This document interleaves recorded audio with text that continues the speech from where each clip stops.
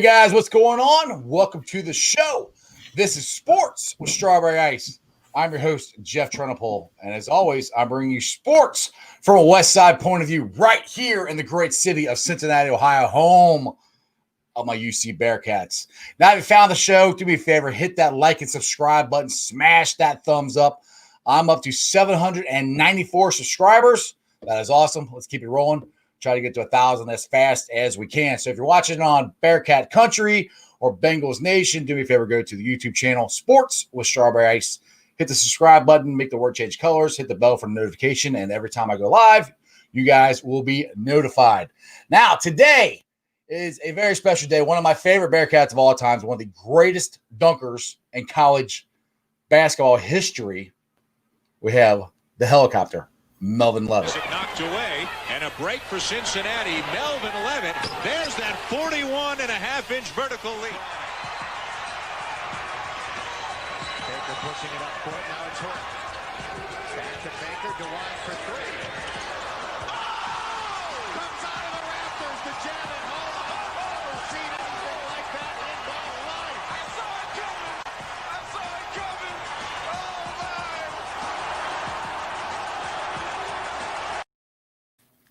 That is one of the greatest dunks I've ever seen in my entire life. I wish I could do that, but I've never had the athletic ability to do that. What's going on, Melvin? How you doing today?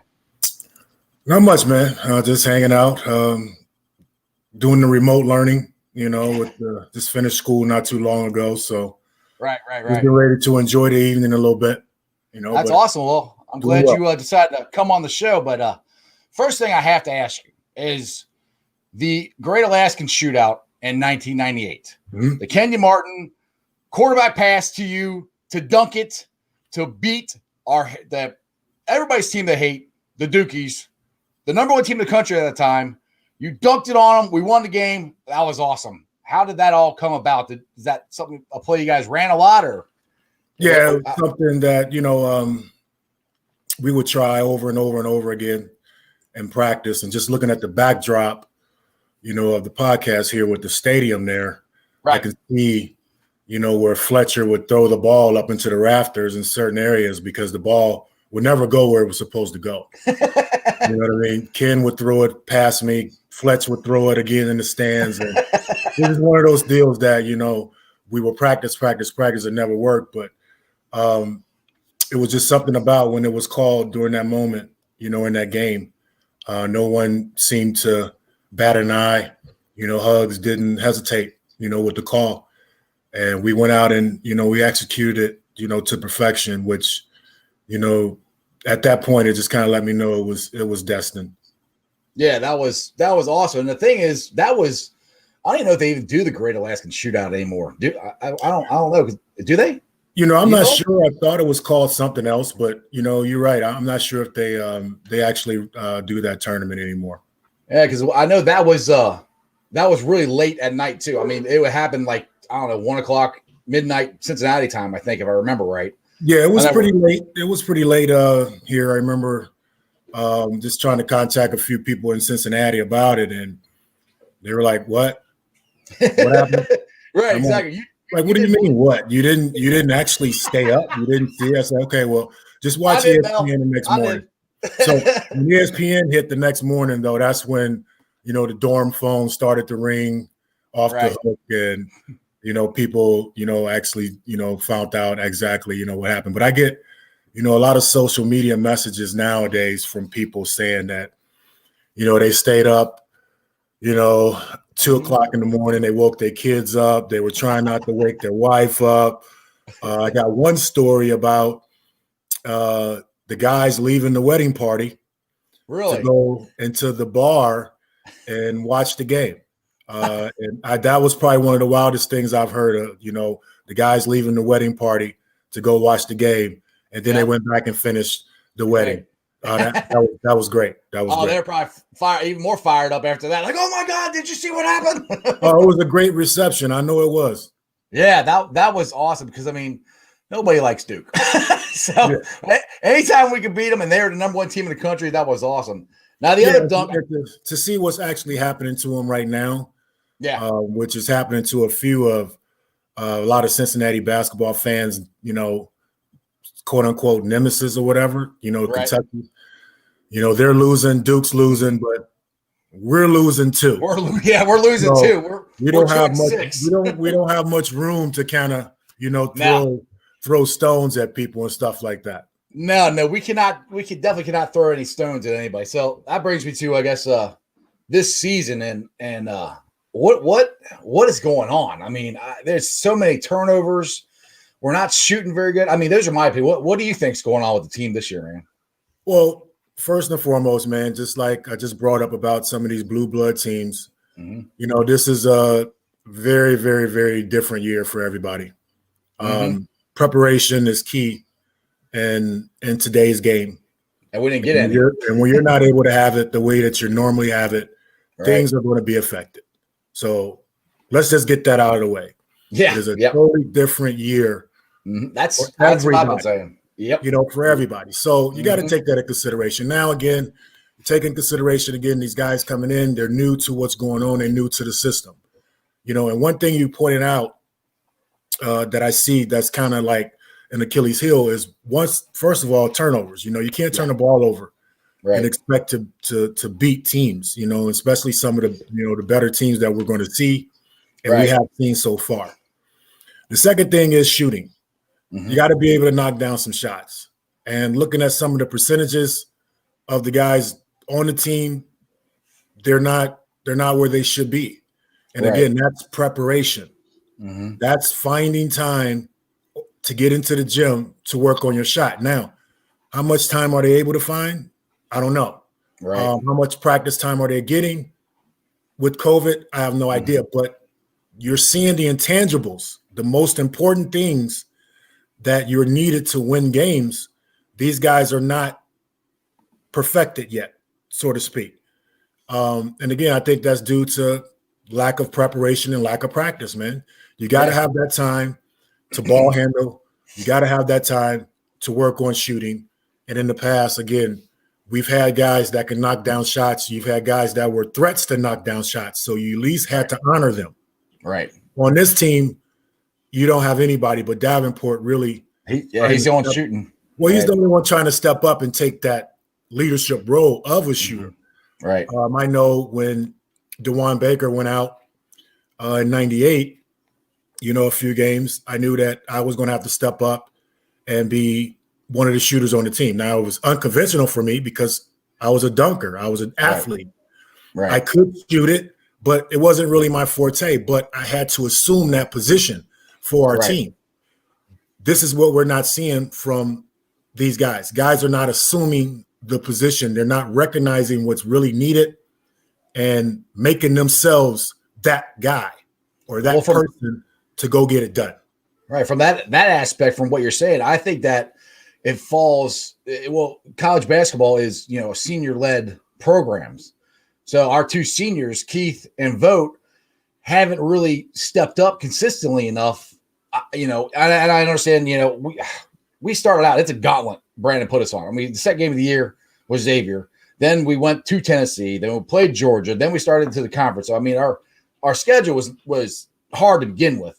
That's where I think is even more important for our seniors to step up. And my opinion, Keith is doing it, but he does it almost too late. He needs to start doing it more at the beginning of the game. Being more assertive from the start. Recognizing what your team needs from the beginning. It's got to be that attitude. You got to assume that, go get them from the start, man, because the season goes by quick. You mentioned them being seniors. It sucks that these seniors, these last 2 years, had to go through what they've gone through athletically. I couldn't imagine being in their shoes and having to go through what they're going through as far as this. But, you got to make the best of your opportunity. One thing I do know is, I know it is hard because I couldn't imagine actually being in their shoes because I knew I was a guy that feeded off a lot of the energy from the crowd. Oh, yeah. Playing on an empty gym. And, you at some point you do have to bring your own energy. But I do understand, again, with not having those seats filled, man, and not having those people to look to and seeing that emotion in people's faces that you draw from, it's hard. And I know these guys have got to be going through a tough time. So I feel for them. when it comes to that. But at the end of the day, it's competition.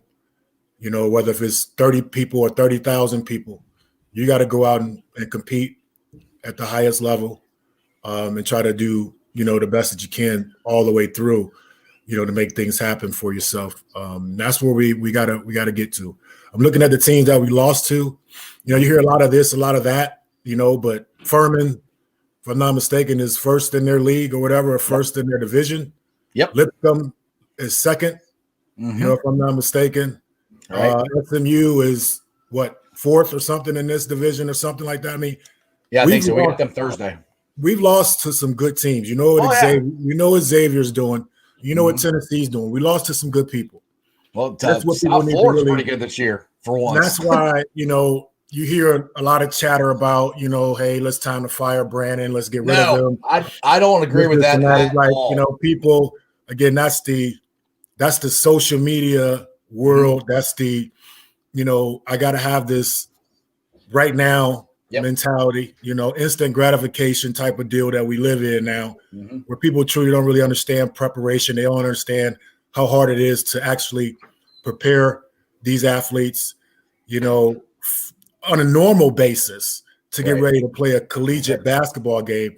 But you couple everything else that's been going on with trying to prepare these guys. I mean, come on, man, give the guy a break. Yes. He's doing a good job, man. He's doing what he can with the group. The group is going to turn it around. Mick Cronin had the same things happening to him. You're taking the words right out of my mouth. He lost to some of the same competition. If you want to look at some of the competition that Coach Brandon's lost to, Mick lost to that same type of competition. It's like, again, pump the brakes a little bit. I know Cincinnati basketball fans don't want to keep going through what they call rebuilding or starting over, so to speak. But it's the nature of the beast. It happens. It's what goes on in every entity. You have to start over. And, we're at that point. And there's no reason for you to give up, as a fan. It's now time for you to really show how much of a fan you really are. Exactly. How much support you really put into these young men. As far as, how much you claim to be a Bearcat, because I know for some of the things that I view, some of the things that I hear from some people, it would be, I would be disgusted if I was a player. Also, I hope these guys don't go on these social medias, especially some of the stuff that some of the Bearcat fans have said on Bearcat Country. I mean, if it's just somebody that says that they care about me and they love what I do and respect what I do, but yet in turn say some of the things that they're saying about me and really truly believe what they believe in their own minds. But again, that's neither here or there, man. That's the fans that just got on recently. These are not people that really have been around for umpteen years. That's why you saw so much hoopla over the football team. So many people threw their hands up about, this was such a bad game, and this is how can you call a game like that a bad game? I've gotten arguments with guys at work about the football game. They're like, man, they gave that game away. Man, they didn't. Like, dude, we played Georgia toe to toe. I was at Nippert Stadium when Tim Murphy was the coach, and nobody was there. Nobody. You know what I mean? To go there. I was around UC, obviously, and a lot of other people can contest to this too. When you had to buy football tickets to get a basketball ticket. Yep. Right? And you actually sit up on social media in a Bearcat group and say that you wasted 30 minutes of your time, or these guys didn't go out and play the way that they were supposed. I mean, that's that type of stuff to me. Again, those are people that just got on the bandwagon. Those are people that are just saying stuff to just say stuff and irritate people, I think. Exactly. And actually, they probably wouldn't get any attention on any normal basis. Right. So they come into a group like that where they know people are passionate and they say things just to get a rise out of people and get reactions. They're probably sitting back laughing and stuff when people chime in and things. Yeah. Look at the reaction I get out of this one. But man, what I've said, I said this on Bearcat Country. I said, look, he's got 7 new starters. I said it's a rough start. I said this might be a rough year, and I haven't said it, but I've read it where other people have compared Mick's first 2 years to Brandon's first 2 years, and they're very similar. So, I mean, yeah, it might suck. We might go to right now it looks like we're going to go to the NIT. We got to go win 4 games in a row just to be 500. But, if you're a Bearcat fan, you're a Bearcat fan. And get back to that football game, though. I don't know if you've ever watched the show before, but I had Georgia fans, Mel, come on here live. Really? And, this dude Maurice came on here and told me that Georgia was going to beat the Bearcats 52-10. I said, no, they're not. I said we might not win. I said, but we're going to play with you. Right. He's like, man, we got 5 stars. We got this. I'm like, well, we got some good players too. And why do you think that? I said, okay, if I'm a fan of my team and I think they're going to lose, why would I watch the game? I'm a fan. I'm going to root for them to win every single time. Bingo. So I go the same way with Brandon and the Bearcats. He's my coach. That's my team. And I'm going to root for him, win, lose, or draw. That's my team no matter what. How it has to be. That's how it has to be. And that's how it should be. People try to get me to say things, I think, sometimes about, the Bearcats in a negative light or Coach Brandon in a negative light. I'll never go against what I got tatted on my arm a long time ago. There you go. I'll never go against that.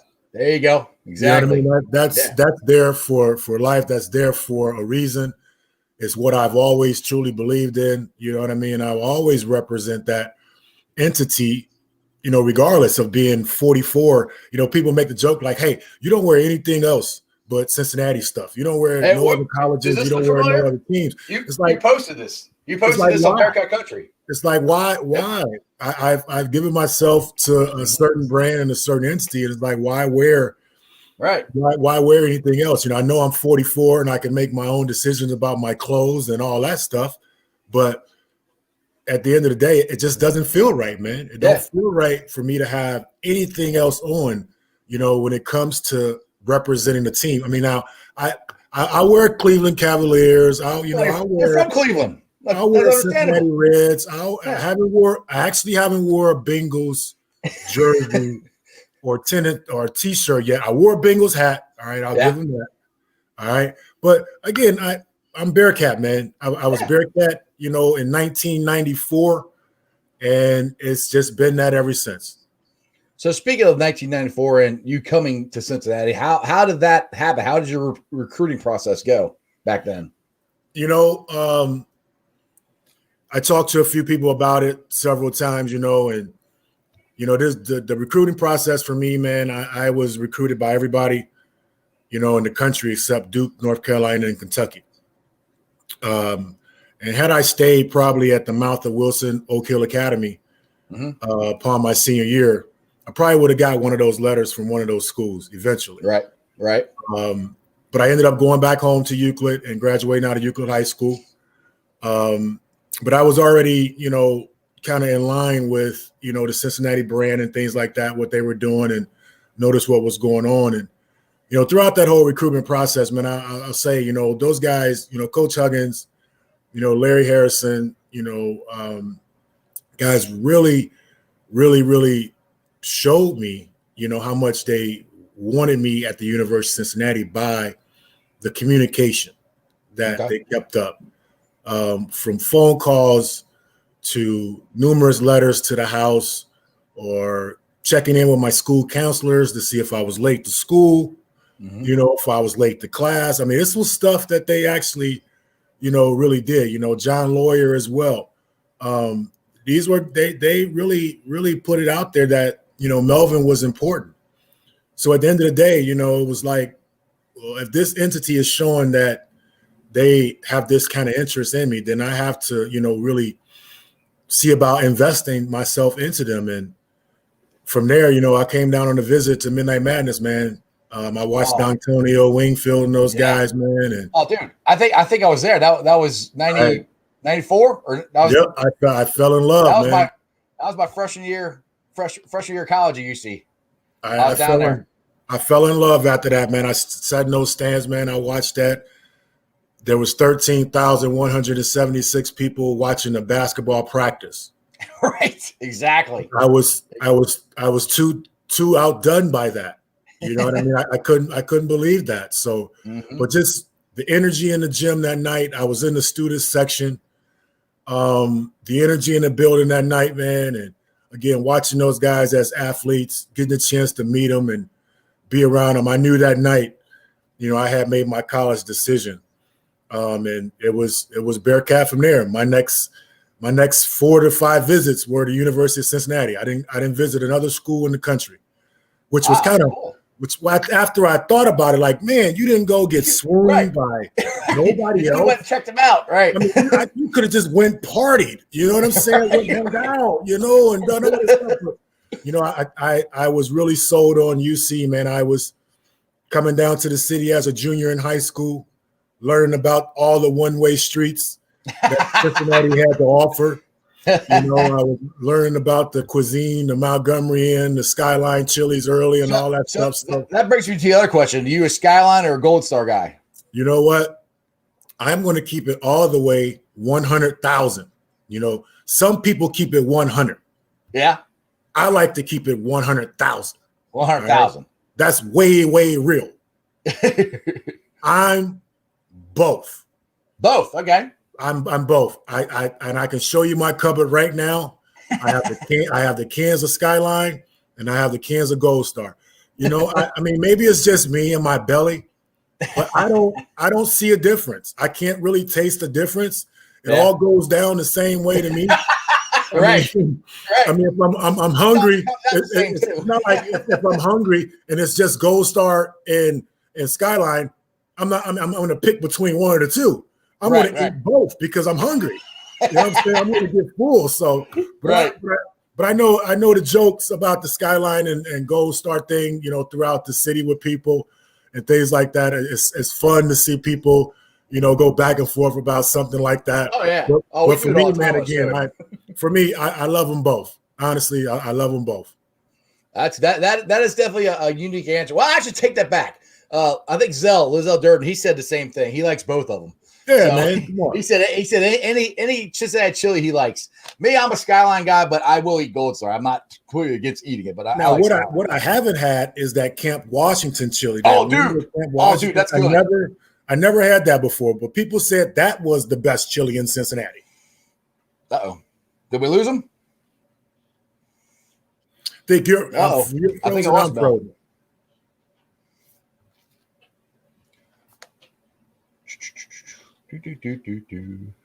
And I think Melvin is frozen in time, but you heard it here first. Melvin he's both. He likes Gold Star and Skyline. So, all right. Well, Mel, if you there you go. Let's see here. Bring it back. Right. We're here. There you go. Y'all back? Okay. Back to the show here now. Going live. All right, here we go. We were just frozen for a second here. We're back. We're good. No worries. But yeah, they said Camp Washington chili, man, was the best chili in Cincinnati for a while. That's good. And also Empress chili. That's another good one if you haven't had that one. I haven't had that one. That's a good one. So I got a question. Now, Lizelle, he was known as the gunslinger, and Kevin, what is his name? He was the Bearcat broadcaster. He gave him the nickname. I can't think of his name now. He's on Entertainment Tonight. Anyway, my question is, who gave you the nickname Helicopter? You don't give yourself that nickname. No, I didn't give myself that nickname. That nickname came from a AAU basketball coach. Well, at that time, it was called the Ohio Sports Festival. Okay. And one of my assistant coaches, Tom Erzin, at the time, I did a windmill dunk. And upon running back down the court, I guess he was so shocked that I pulled this off that he just went into this frenzy and he was screamed at the top of his voice like, "I'm no longer calling you Melvin. You are the Helicopter. You are the Helicopter."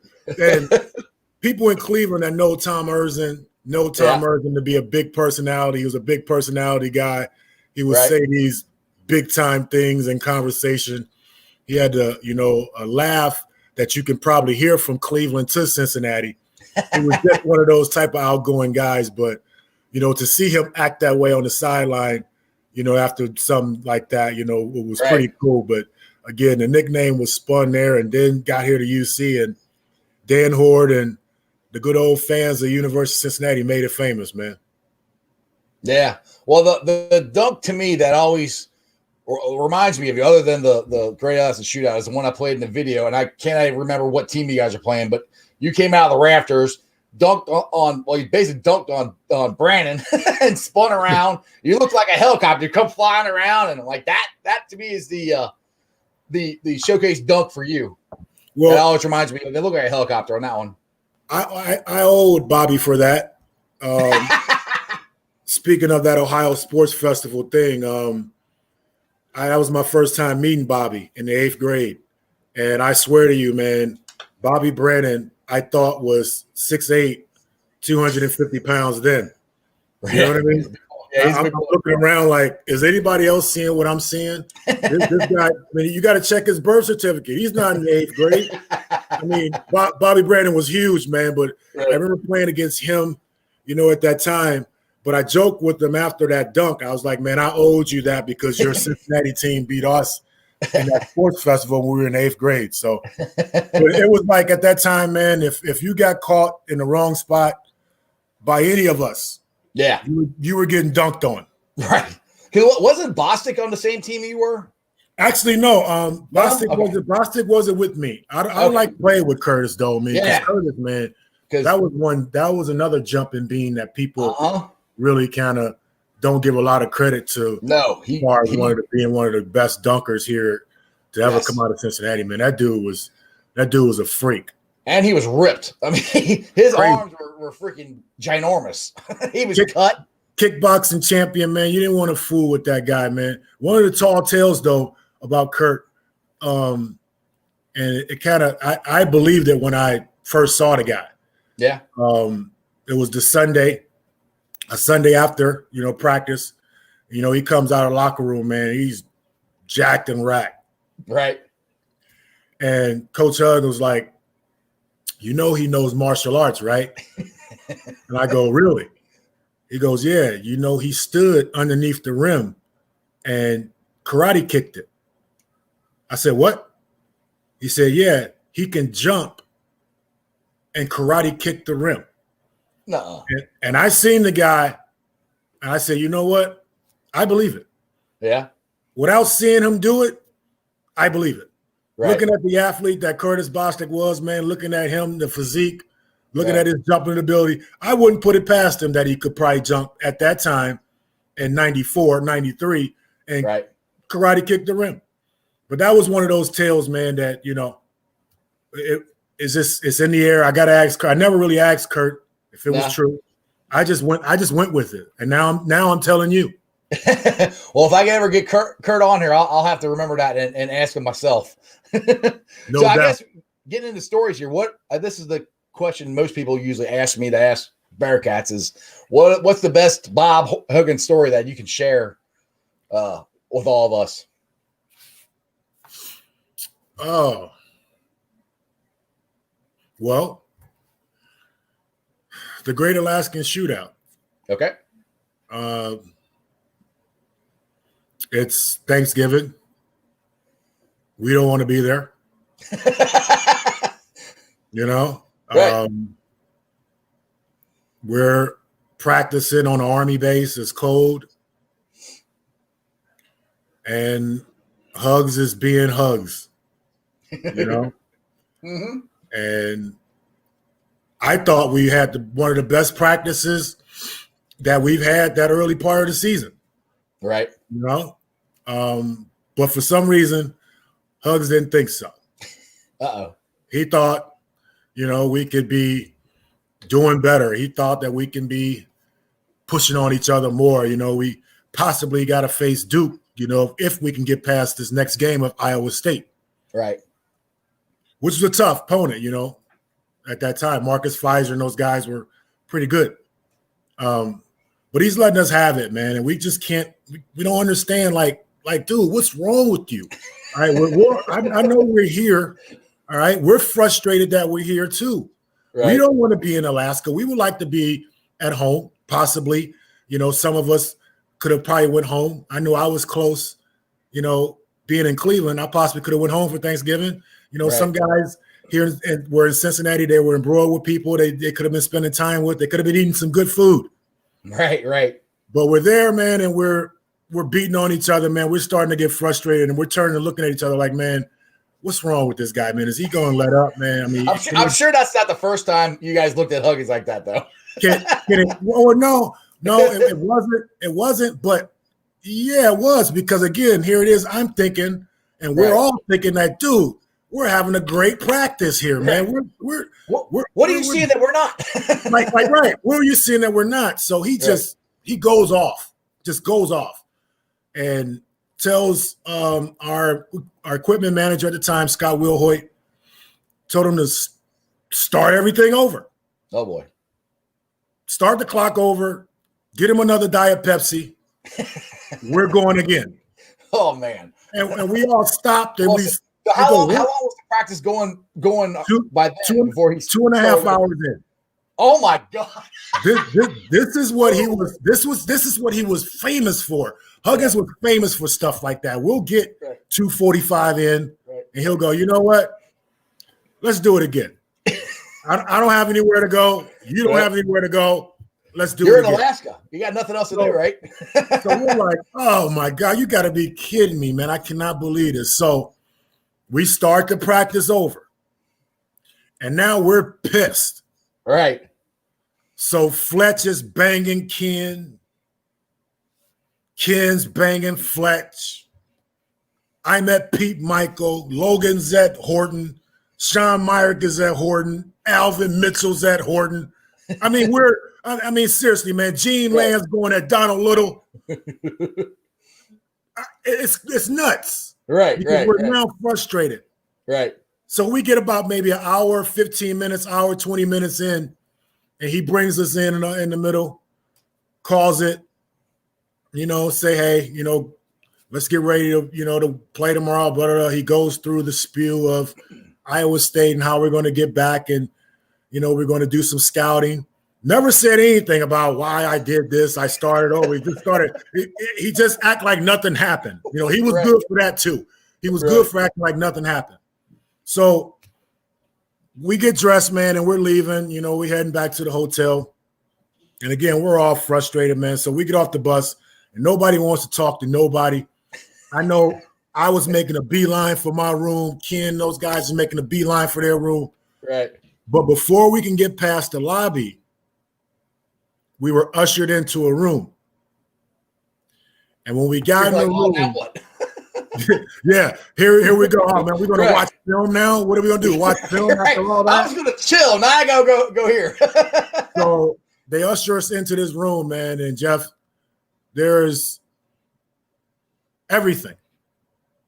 There's cake. There's pies. There's stuffing. There's turkey.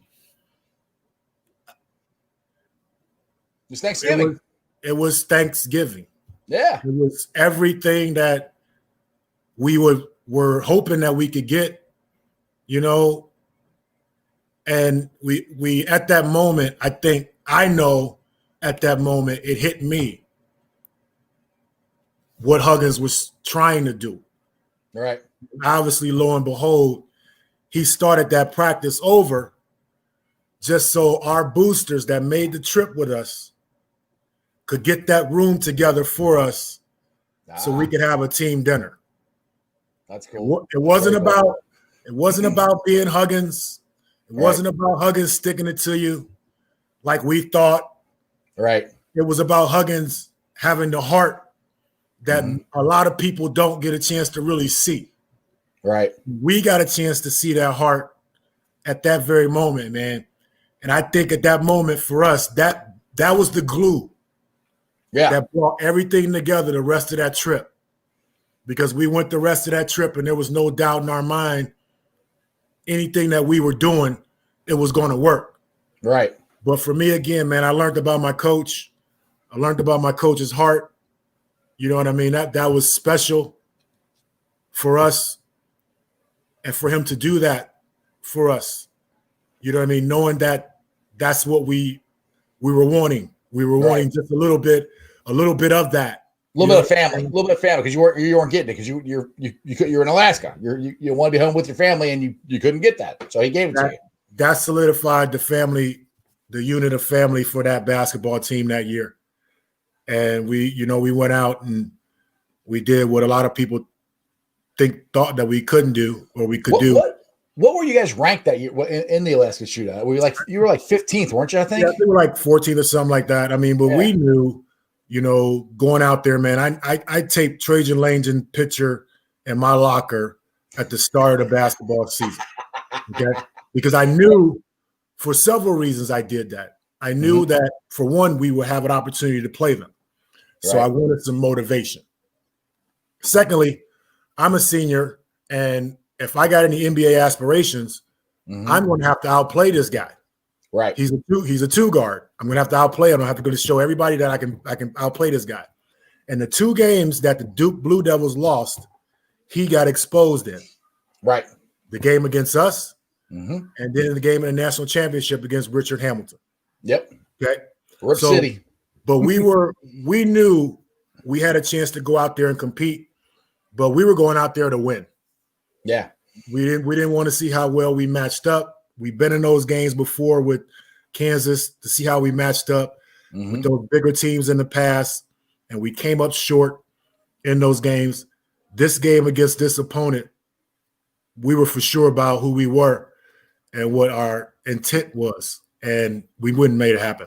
Yeah, and to me, that whole 98 season, that laid the foundation for the 99 run that what could have and should have been, we all say, a national championship if Kenyon doesn't break his leg. But I think that 98 team, you guys set the foundation by going and beating Duke and saying, hey, we are here. We are good enough to do this. And I just think it all rolled into that 99 season. And we were, again, like I said, we were close against some teams in the past. My freshman year against Arizona, Miles Simon, 75 feet.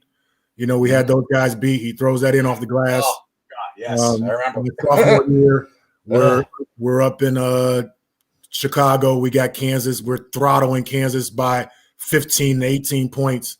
Danny Fortson is unstoppable. And all of a sudden, Paul Pierce pushes a button in the second half, and Kansas goes on a run, and they end up beating us. So again, for us to be in those games, though, we were saying early to folks that we're coming. Right. Our program was saying early to people that we got something going here and we're going to be there. And like you said, when we beat Duke, I think that set forth a chain of events going forward to the next several years when we scheduled different opponents. Yep. I know in 99 we beat up on Carolina. Yes, yes. It also helped that we had DeMar Johnson, he was a McDonald's All-American. It helped to have Kenny Satterfield, McDonald's Steve All-American, Logan, Kenyon Martin. I mean, so that team there. But I always make the joke, and I just really brought this up in one of the Bearcat groups this past year, was that had D'Antonio Wingfield, had D'Antonio Wingfield stayed that 1 year, that extra year, the year I come in, I redshirt. Okay. Yep. I redshirt, so therefore I'm a senior on that 99 team. Yeah. And I would love to think that the circumstances would have ended up a lot different. Yeah. Had a helicopter been on that 99 team. Now, I would have liked to see it. who doesn't play on that team? Because now, somebody's scholarship is taken. Somebody else. You got Satterfield, you got Johnson, you got Logan. Now you don't have those guys. I was looking down the line at some other guys. Maybe some other guys don't get that first year in. Maybe they got a red shirt coming in. Maybe a Stokes has to red shirt, or Leonard Stokes maybe have to red shirt because I'm a senior. But again, I look at those things, man, and those chain of events. There's always there's a reaction to a lot of things, and I think there's always a start of events that just keep things going, man. And I look at that sort of point right there. That was a chain of events that set off a lot of different things, man, for the program. What if Danny Fortson, Danny Fortson sticks around for his junior year. Yeah. I mean, it just. Well, yeah. Other thing I'm thinking in my head is if D'Antonio stays for a sophomore year, if I'm not mistaken, I think that next year is Fortson's freshman year. Am I right? I think D'Antonio was 94, and then Fortson came in 95. Yeah. You can have, I mean, just think you can have both of them on the same team. Like, holy smokes. Would have been ugly, man. I mean, we had a great front line. You know, Art Long, those guys, man, were great on the front line. You know, Jackson Julson, they were good on the front line. Yep. You know, everyone forgets about Art Long and Jackson Julson and these guys come off the bench. It wasn't just the starters. I mean, you guys had bench players that would come off, and they were no joke. We were loaded, man. 96, 97, 97. We were pretty good as far as the numbers we had on our teams, man. And that's what I think, you know, when you start to look at the program and things like that, I think a lot of people, you know, of course, they look at the past, but they don't want to look at the past a lot. They want to go to the future, but you have to understand that your future is predicated on the past a lot. Right. And our program has always been about the former. Okay? Sorry, my dog's going nuts. Has always been about the former player. You know, when I came in, I can remember Nick Van Exel, Corey Blunt. I can remember Terrence Gibson, A.D. Jackson. I can remember all those guys being in our gym in our practices, at our open gyms. I can remember playing against them in the summer league. Okay, it was always a Bearcat before you to help you understand what being a Bearcat and playing this program was about. Right. For some reason, it went away from that. You know what I mean? And Terry Nelson and guys are coming into the program not really understanding. You know what I mean? Right. And it really truly means a lot to people, man. It means a lot to be a Bearcat in this city as a fan. And it's got to mean more to you as a player. You know, it can't just be a stop. That's why I look at the whole coaching thing is like, I don't understand, like, why isn't this a place where someone doesn't come and just lay down? You know what I mean? Like, this is a basketball program. This is a job where I will lay down. You know what I mean? I know other people will get this job and say, you know, there's no other place for me to go. Why would I want to go anywhere else? This is the University of Cincinnati basketball. And that's what the feeling needs to get back. We need to get that feeling back. Yeah. And I know Coach Brandon feels that way. All right. I know our players feel that way. We need more of our fans to come back to the fan base and feel that way about about our kids and about our program. Yes, things have transpired where coaches have left to get bigger jobs and bigger opportunities. It happens. It happens everywhere. Right. We will get this person that, as I said, will come in and be the Bob Huggins as far as the tenure goes. Yeah, we'll finally get that person to come back. All right, whether it may be John Brannon, maybe somebody else. But we're going to get that person that comes here and says, this is where I want to be. This is what I love. I want to spend at least 10 years here. Right. We're going to get that person. Now, how fast we're going to get that person, I don't know. Hopefully, again, it's Coach Brandon. We have to give him a chance. You know what I mean? Obviously, again, this year, you can chalk it up for a lot of people, a lot of different entities, that this is just not a good one. Yeah. It's not going to be a good one. It's not going to finish a good one. Okay? So let's get ready to kind of move on and try to progress and use the opportunities that we do have to get better the best that we can, instead of just, beating the situation up, man. That does nothing. Right. And it doesn't do it good. And like you said, I mean, we're not the only program that's struggling. I mean, Kentucky, I know they won 2 games in a row now, but they're struggling. North Carolina's struggling. I mean, there's lots of programs that are blue blood programs or whatever that are struggling. And sometimes I feel Bearcat fans, they look back at the Huggins years as to, we all want to get back to that, but as it was, not that it was better than it was, but it's not like Huggins won a national championship. He went to 1 Final Four. He went to 1 Elite Eight. It wasn't like we were we were a great program. Don't get me wrong, but I think people almost look at that as we were the best program ever, and we were a really good program, but we weren't as high as they hold Huggins up so high, on a pedestal compared to everybody else. I guess it's kind of the way I'm trying to preface it. And I think they hold their standards to these other coaches, especially when they start off as, well, you got to do this. This is what, Bob did. This is what Mick did. This is what happened in the past.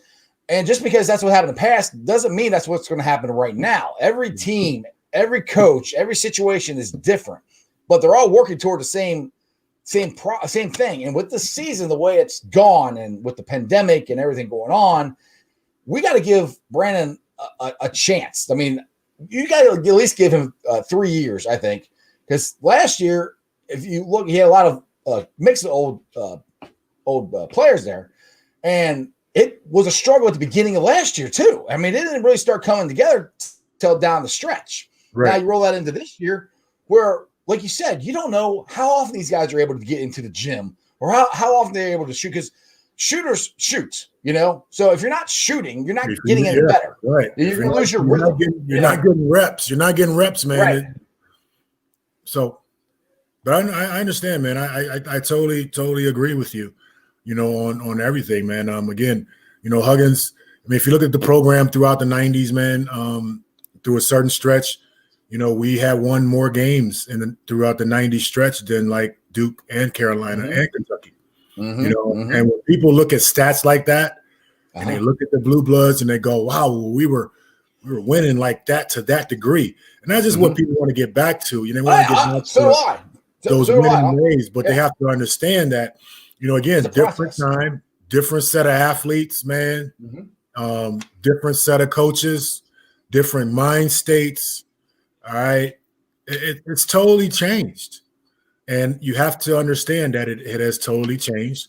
And it's not going to be, again, what we put out as a product. I don't think anybody – our product wasn't what Nick Van Exel put out. Right. Although we tried our hardest. Our groups tried our hardest to be Nick Van Exel.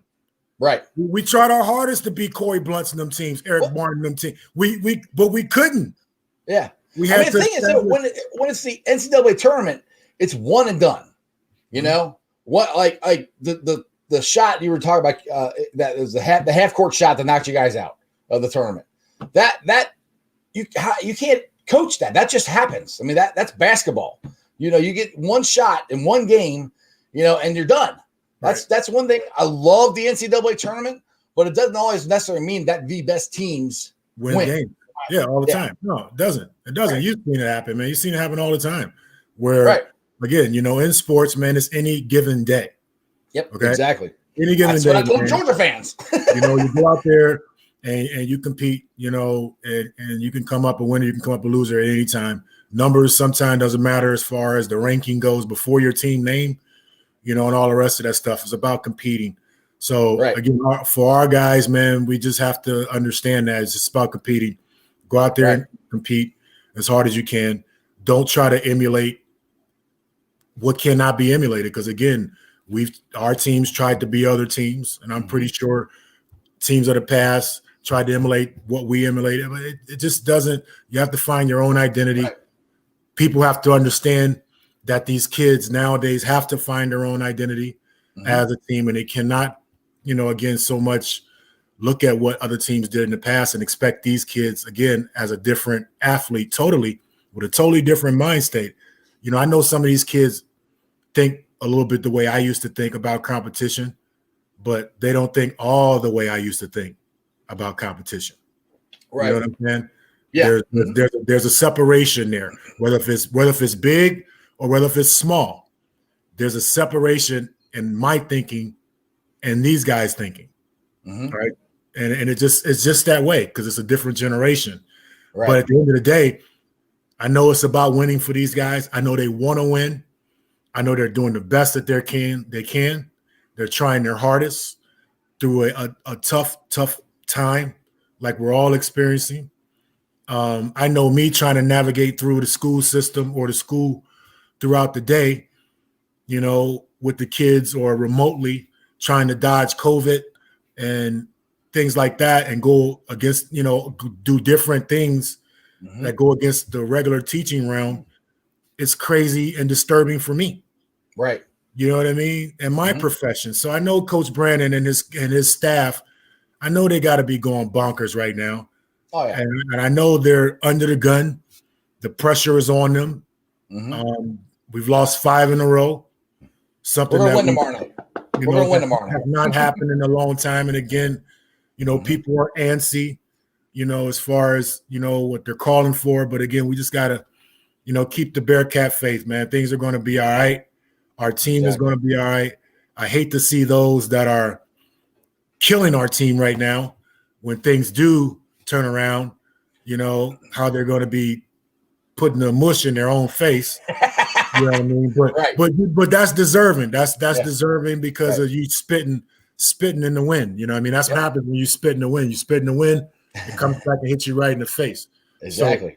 So with that's like some of these questions we got in the chat here that I don't agree with this, but a couple people are asking, do I think or do you think that UC's basketball program is a stepping stone job?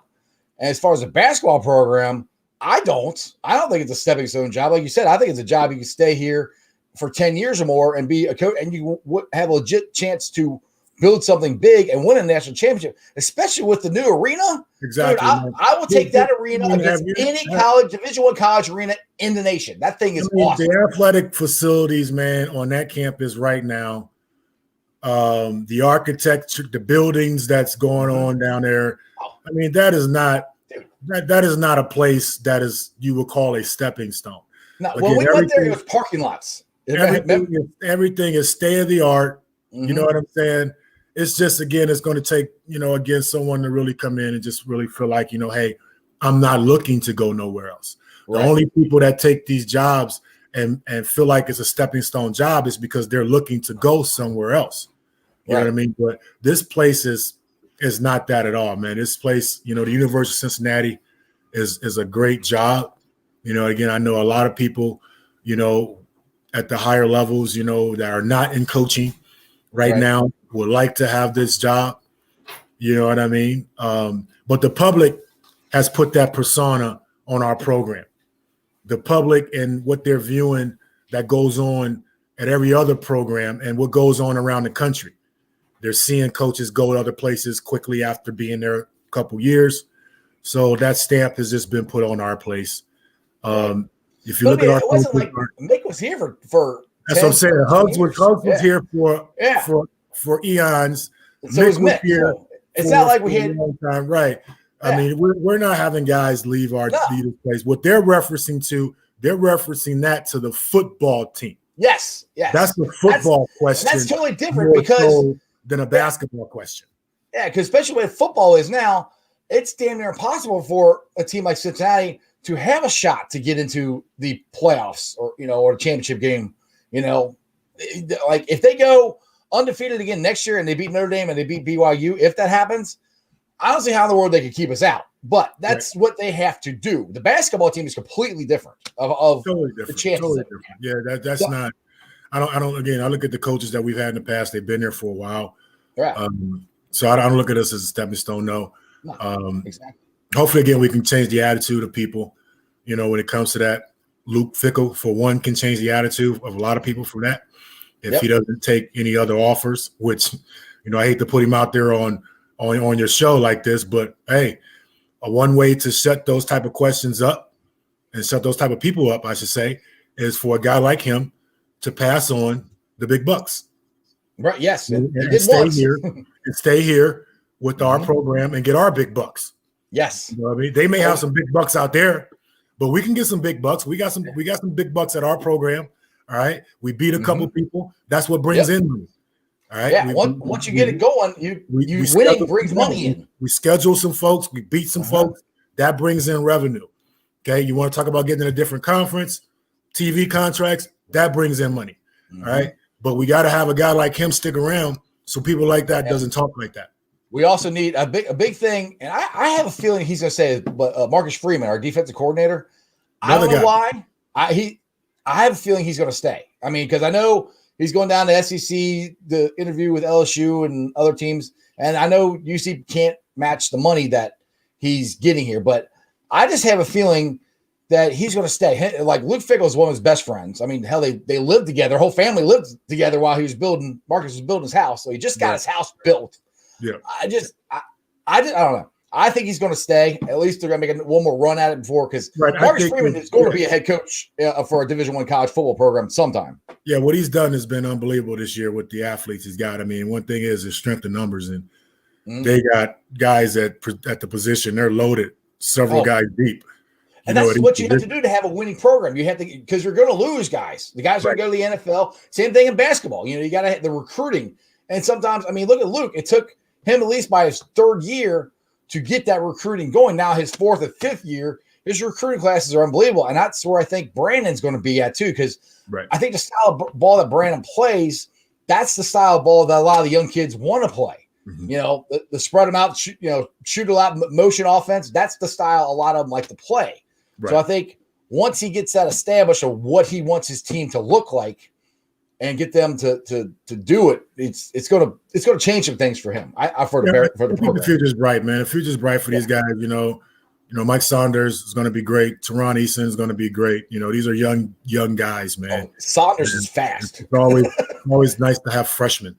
You know what I mean? Freshmen grow in your program. Maston twins. These guys are going to develop.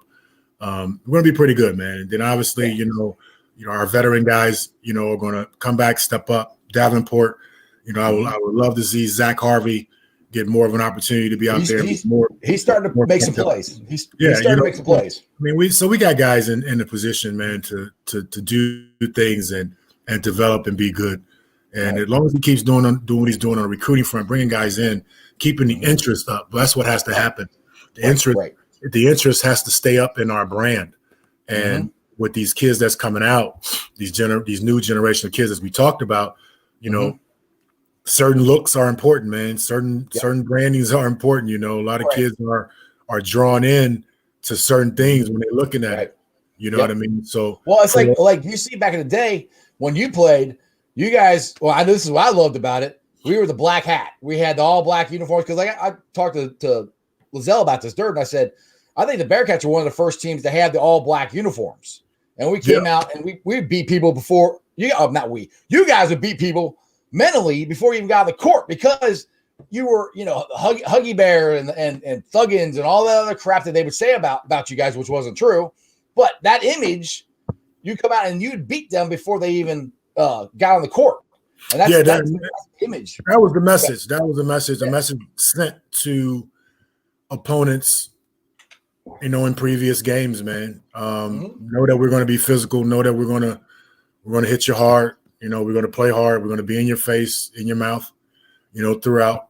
It didn't help for us to be dressed sometimes the way we were dressed, and our uniforms look as good as they look. You know what I mean?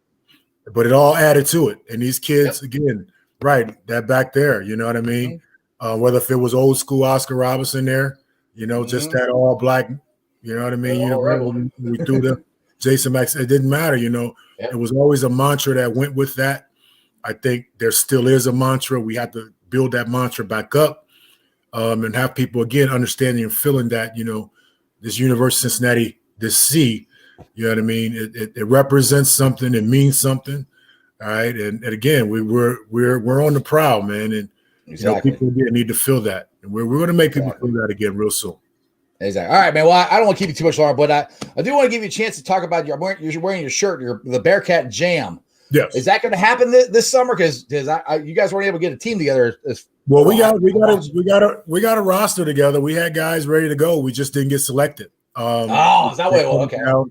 They cut it down to 24 teams, which they went with the top 24 teams that they thought, in their minds would represent, the tournament pretty well. They went with a lot of previous relationships that they've had with teams to help get them started. Right. In previous years, which I understand that totally. Yeah. I wasn't upset about that. There were a lot of great alumni rosters that did not make this tournament. So, but it was a COVID summer. Right. You know what I mean? If you guys don't know what we're talking about, in the summertime, it's called the basketball tournament. They It's up in Columbus, right? Isn't that where Yes, they they've been in Columbus the last couple of years. Yeah. We played up at Capital University our first year in 2018. That was our inaugural year playing in the tournament. It's Again, basically just alumni teams getting together and playing a basketball tournament, and it's a lot of fun to watch. worth $2 million, man. You can't a lot of money that. too. Can't beat that on top of it, man. But it's just a chance, man. I thought the idea for us to come back together, you know, our program, man, is tradition. You know, we have a lot of tradition in our program. We have a lot of guys in our program that played very hard for this brand. And it was a chance for me to kind of get guys back together, man, you know, and kind of have like a basketball reunion of some sort. You know what I mean? And again, we kicked it off in 18 and it was pretty fun, but we really want to get this thing back on track, man, for 21. They're announcing some regional sites coming up here soon. Cool. I would love to be able to be in the running to get Cincinnati one of those regional sites because I think we have a city. We have a city that I think will jump on it. And we'll sell a region out with us, Ohio State, Dayton. Xavier's going to have a team this year, which that should sweeten the pot a little bit as far as bringing our fans out of the woodwork to vote for the team because you don't want to see your rival school, you know what I mean, get invited to this tournament and your school don't get invited to this tournament. So I'm looking forward to this summer and some of the Xavier UC fan wars that's going to take place with this whole TBT thing.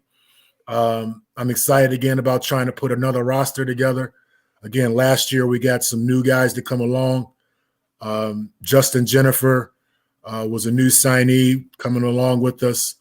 Farad Cobb, you know, he was a newer guy that was going to be coming along and shooting the ball for us. So as I can see newer guys wanting to be a part of this, I'm going to try to keep it going each year and try to put a team in it, you know, each year. You know, hopefully some of the other guys that's coming out, you know what I mean, in the next couple years, they will like the opportunity. We're still going after the Sean Kilpatricks. We're going after the Lance Stevensons. What about Ruben? For those guys.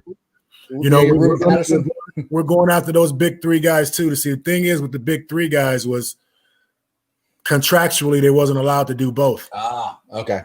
So that's where a lot of the big three opportunities, you know, fell by the wayside for us. But we're going to go after DeMar Johnson. We're going to see if he want to shoot a little bit. You know, we had Kenyon step up for us last year. You know, I'm excited already. And, you know, he was going to be a coach for us. So, you know, to get faces like that, man, to come back to be a part of this, I think was a shot in the arm for us. You know what I mean? And a guy like Kenyon Martin, man, you know, obviously who's, you know, was a face of our program. To have him come back to kind of, you know, solidify this for us as far as credibility, man, that was huge for us last summer. So we're looking to recapture that this year, man, and get this thing really rolling again, get some more Bearcat Jam paraphernalia and stuff out there. If you're not familiar with us, we're on Facebook, all right, at Bearcat Jam. We're on Twitter at Bearcat Jam, all right. Get on, support the guys. You can look at a whole bunch of our pictures from our inaugural years. You can check out our roster. There's a Bearcat Jam team group on Facebook as well that you can get in. Again, we would like to get as many people involved with this as possible to, again, show the TBT that we got the tradition and the brand just like everybody else got. You know, I feel like a lot of these other brandings that they're showing a lot of attention to, you know, I have respect for. But at the end of the day, you know, we're just as competitive. We have just as many spirited fans. So that's what I want to show. I want to show the TBT that this summer. So we're going to be leaning on guys like yourself, you know, to help push that word out. Oh, yeah, definitely. Podcasts and things like that. We're going to come back on, hopefully, you know, in the next month or two, you know, to kind of explain our voting process. Whenever you get any information, let me know. And you got an open venue right here. Just come on and. Well, you got the information that you need to know so far. The Xavier Musketeers are putting a TBT basketball team together. So, with that already being stated, your ultimate duty right now as a Bearcat fan is to make sure you vote for this team when it's time. And you already know you're going to hear from me. I'm going to put it where it needs to be put. You're going to understand everything about it. So when it's time, Bearcat fans, please stand up for your local alumni team. All right. We were established in 2018. All right. Some of your favorites that you've cheered, all right, that you say that you love, some guys that sweated, bled for this program, and truly, truly, truly love our brand. All right. So make sure you support us. All right. Bearcat Jam 2021. So just go over again. You got a Facebook group, you got a Twitter, all under Bearcat Jam. That's where everybody can go. It's under Bearcat Jam. You also can, get in my personal feeds, if they want to vote. So, if they want to vote, do they have to go to the TBT or they have to go at Bearcat Jam? Where's the voting process? We'll set up the link through Bearcat Jam, but also you can go to the TBT.com. Okay. Log on and become a team supporter. Okay. Takes maybe 5 to 10 seconds, almost 15 seconds max, putting in your email address and your name, and you automatically become a fan. There's earnings in this for fans. If your team wins the tournament, you split the pot with the fans. The fans get a certain amount. So, again, it's something fun. Again, I think, our brand is worth it. I think it's worth to continue to put it out there to people. It's worth it for me to, again, represent our brand because I love our brand as much as I do. So as long as, TBT is alive, I'm going to try to keep Bearcat Jam in it. You know what I mean? Yeah. I'm going to push for something each summer because, again, the Cincinnati brand is worth something. Exactly. So they'll make sure you keep an eye on those dates. I'm sure Mel will definitely put them on Bearcat Country. If he doesn't, I will. So we'll have the link from Bearcat Country to the TBT so we can all get out there and vote and support the Bearcat Jam and hopefully get our team in there and win this thing. That would be awesome. It's a great tournament that happens in the summertime. Yes, it'll be this summer. All right, but shout out to everybody in Bearcat Country, man, everybody in Bearcat Nation. I often post some things in the group. The acceptance and the support is great. I love hearing from, some of the fans and some of the memories that I was able to kind of leave them with. And I appreciate, them and their support, and still as far as what we do with Bearcats, with Bearcat basketball or Melvin Levett personally. So again, from the Helicopter Melvin Levett in his living room right here, right? Much love. Stay strong, Bearcats. All right, we're gonna be back on track. Yes, sir. Stay safe out there. All right, protect yourselves from the COVID virus the best that you can, and let's hope and pray soon that we're able to kind of come back and congregate in that basketball arena that you got on your backdrop there real soon, man. Fill that arena up. I love that place. And enjoy what we love, which is, our Bearcat athletics. Yes, sir. Yes, sir. Well, Melvin, I appreciate you coming on the show. It's been great. You gave me an hour. I'm surprised. That's awesome. And like I said, anytime you want to come back on, give me a shout out, man. Hey, man, the copter is for the people, man. You know what I mean? I'm not limited at all. I don't limit my time as far as that I give. All right, I'd have sat here for 2.5, 3 hours if I could, because that's just how much I love to talk about, what's going on with our school and things like that. But again, anytime that I can come on, man, and talk about anything else, I'm a football fan, man. I watch baseball. I do it all. So anytime you need a second guy on the show or something, just kind of throw things back and forth, man, I'm always open. I've been shopping some things to some different people. All right. I had Lance and Levitt, I had Mo and Mel. Right. I had Horde and Helicopter. All these things. I had all these things going on, but all these guys are taken. Right, exactly. Right? So Jay, if you want to get MJ going,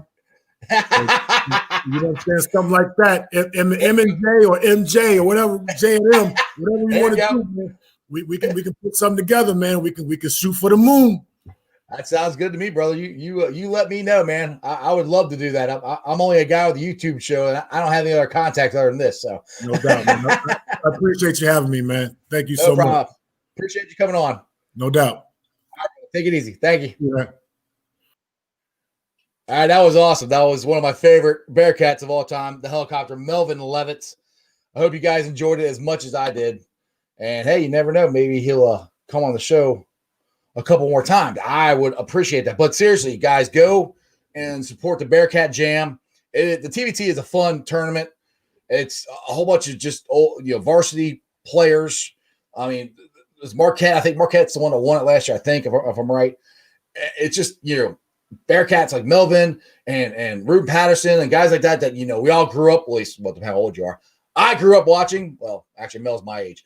Anyway, guys my age play basketball on the team, and it is a blast, and it represents the Bearcats and how the team that we all love. So that was awesome. I appreciate Melvin. Now, let's get to the Facebook groups that I help run. They are Bengals Nation, Bearcats Country, Reds Country, Cyclones Country, and the one I don't run, but we talk about is Ohio State Bucknuts, because Jeremy D, if you guys know, is a huge Buckeye fan. Anyway, I'll be pulling the sound off of this and putting it on the podcast later on tonight. So make sure you go on there, like, rate, and review. Give me a 5-star review. I would greatly appreciate it. And other than that, follow me on all my social media platforms, all under Strawberry Ice, Sports with Strawberry Ice. I'm on Facebook, Twitter, Instagram, and then we do some silly TikTok videos. YouTube channel, like I said, you guys are doing awesome. Keep it rolling. I'm at 794.